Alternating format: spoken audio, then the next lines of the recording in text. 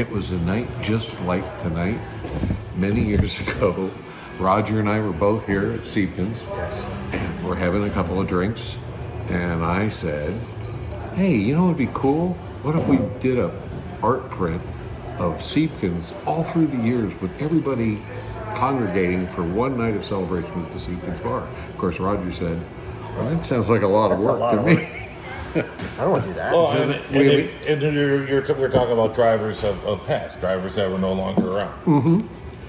Somewhere around. Somewhere around. So we immediately started just kind of, one of those deals where you just get a napkin out and just start writing names. So, well, he's got to be in it, and he's got to be in it, and he's got to be in it. I can't remember it. Well, Phil Hill had to be in it. David Hobbs had to be in it. Right. Because David's connection with the town and Siebkens. And we were thinking and said, wow, wait a minute. How about we make Bert Levy the bartender, and we call it The Last Open Bar, to play on words on his novel, The Last Open Road, which was introduced here 30-some years ago. So this must have been early 2000s we did this? Had to be. 2002. I was a photographer, had the art business at the time. Roger and I were traveling together and doing the art at the racetracks together. I was the idea guy, and he was the guy that had to make it all happen. Yes. So he ended up putting a hell of a lot of work into that project.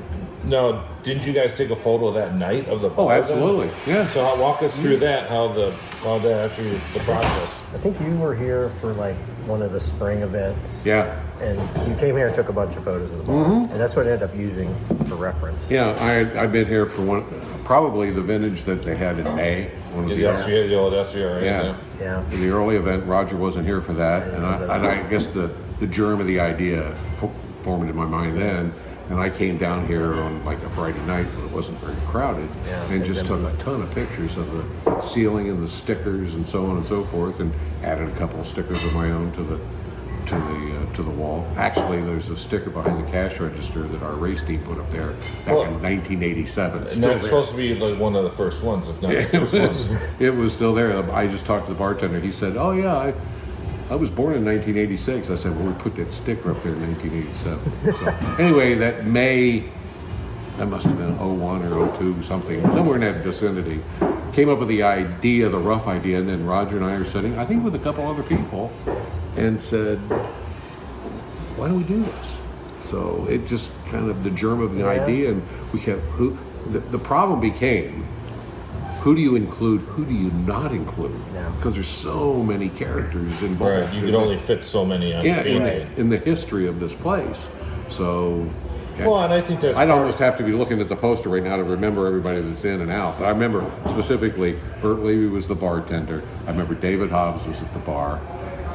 Dan Gurney was in the scene. Phil Hill was in the scene.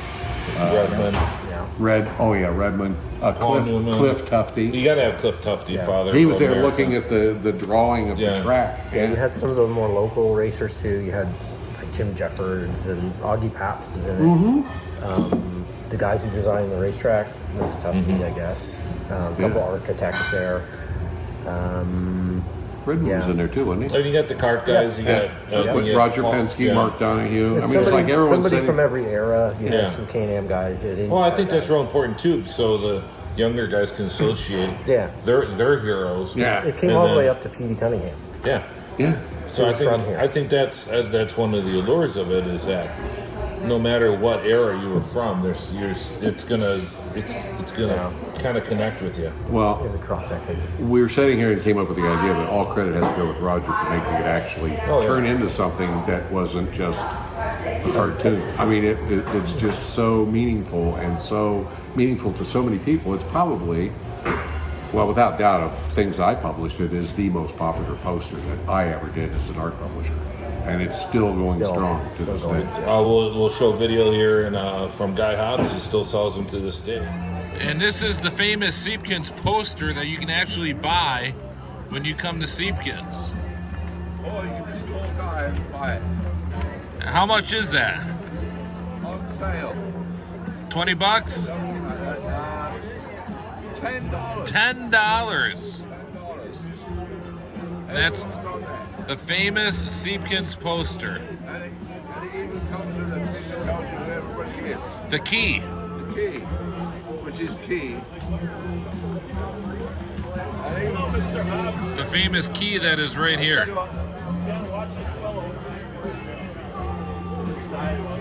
We're at Siebkens, of course, if you haven't already figured that out. We're in the back bar. And yeah, he still sells them today. And I was here for Vintage Weekend, and he must have easily sold almost 2 dozen. Is that right? Yeah. Ooh. So they're still going Well, strong. I don't know how many printings have been on the thing. I mean, I did the first printing, and then At least Bert like Levy did 4 or some, and then 5. Roger's done some, and at least 4 or 5 printings of the thing. So walk us through how long did it take, and how to figure it out, and how did you map it out? It was like a jigsaw puzzle. It was just kind of defining a space for everybody to be in and figuring out, we're going to have about 45 people in this. Who's that going to be? Getting a list. Finding reference of them pre-Google. Right. So That's true. It's It's true. books and video or something. There's a lot of homework involved. Yes. It was trying to find a good picture of everybody that looked decent, and then coming up with their pose. I mean, usually it's a headshot. So now how do you put them in a bar, like drinking? And Well, you stuff? got So AJ. So I had to do AJ with the crutches. So I was like, I was like the body because model for like someone. every character in the scene, there's a story behind every character. Right. Yeah. You know, AJ Foyt on the crutches. Yeah. You know?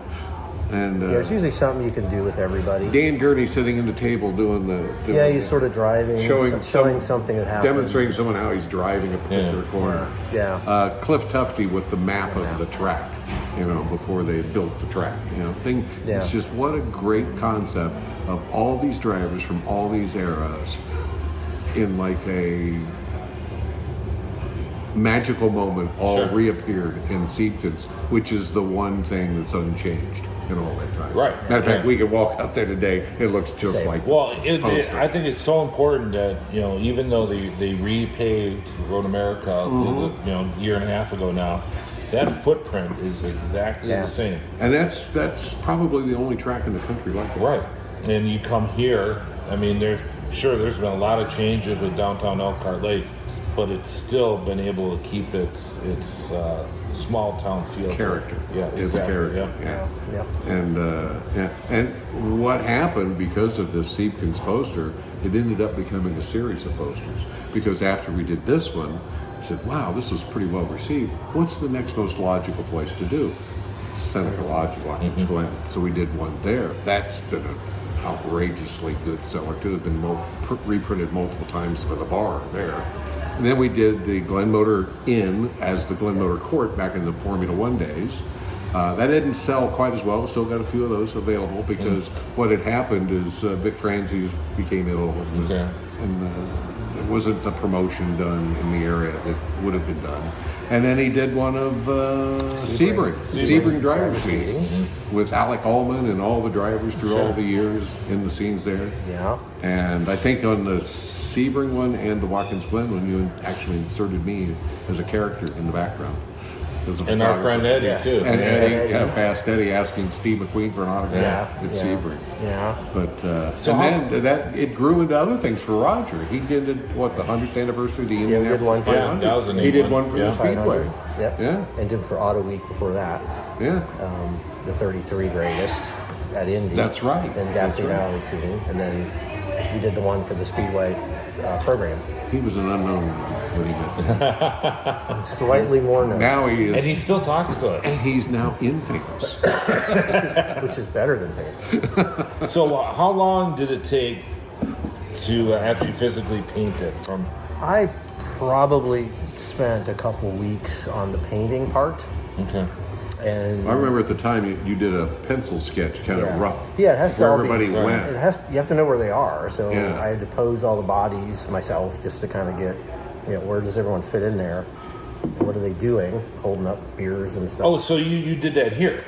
No, I just at home. I From just, the reference yeah, pictures. I just sort of Okay. made the body poses myself and threw them in. So there's a couple 3 weeks of getting it ready to paint, and then spending 2 weeks on that.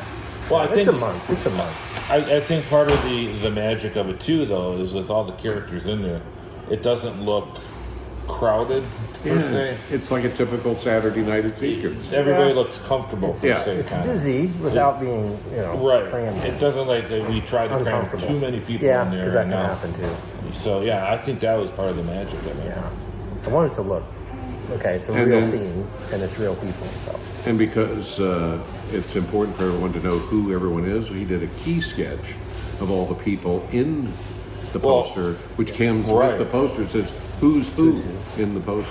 And that's one of the most valuable things when you buy that poster. Yeah. Everybody, oh yeah, do you guys have a key for it that goes with it? So that's The cool thing is when people look at it for the first time, they say, "Oh, look, there's AJ, there's Redmond, there's so and so, and there's so and so." But then, who's that over there? Right. I'm not sure.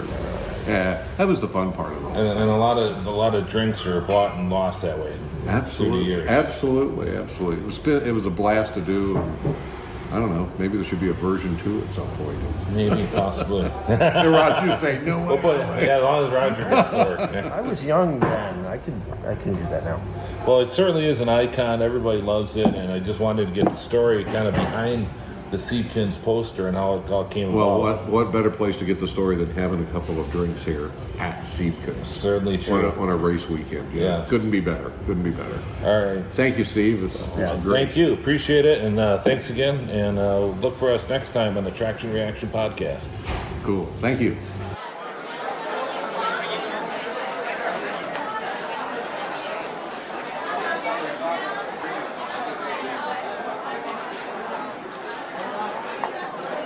A little bit like